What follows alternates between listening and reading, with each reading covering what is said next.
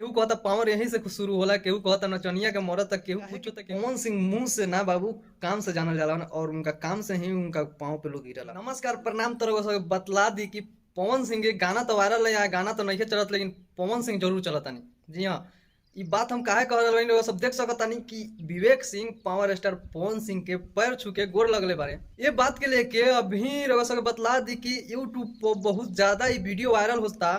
पवन भैया के तो गाना तो ना वायरल होता, लेकिन पवन भैया जरूर वायरल होता रहे। जी हाँ, बहुत सारा यूट्यूबर पवन भैया के जितना भी यूट्यूबर बा लोग पवन भैया कहली या पवन भैया के सपोर्टर कहली, वो लोग के बहुत कुछ वीडियो के बना के बता रहा वालों। केहू कहता पावर यहीं से शुरू होला, केहू कहता नचनिया के मरद तक, केहू कुछो तक केहू कुछो।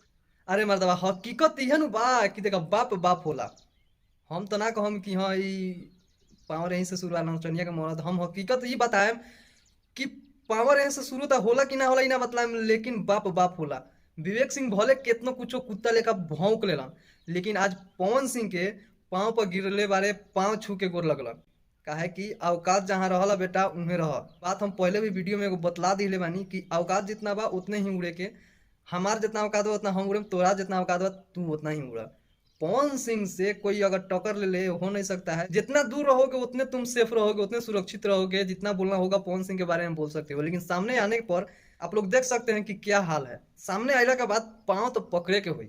काहे कि बाप बाप होला। बस हम ये कहम, ज्यादा कुछ ना कहम। काहे कि वीडियो बहुत ज्यादा वायरल होत रहा लगा, सोचनी है ये टॉपिक पर कुछ बतला दी फैंस लोग के। देखी विवेक सिंह पवन सिंह के कुछो बोल लेस, अगर सामने जाइए पवन सिंह तो उनका पाँव छुए के पड़ी। काहे कि पवन सिंह कितनो बार हन तो वो इंसान के बड़ा भाई कहली या बड़ा गार्जियन के रूप में कहली बहुत। काहे कि पवन सिंह मुंह से ना बाबू काम से जानल जाला और उनका काम से ही उनका पाँव पे लोग गिरला। तो वे विवेक सिंह पाँव पर गिरले बारे और कुछ खास बातें वीडियो में नहीं थे। बस ये वीडियो के लेके इतना वायरल हो गया। कहा है कि पवन सिंह अगर कुछ बोल दे तो वायरल हो जाला, तक पाँव पर गिरल बा वो विवेक सिंह जौन पवन सिंह बहुत ज्यादा जलील कहले रहस। तो ज्यादा कुछ ना बोले, हम मिलत नहीं अगला वीडियो में। तब तक नमस्कार, लव यू ऑल।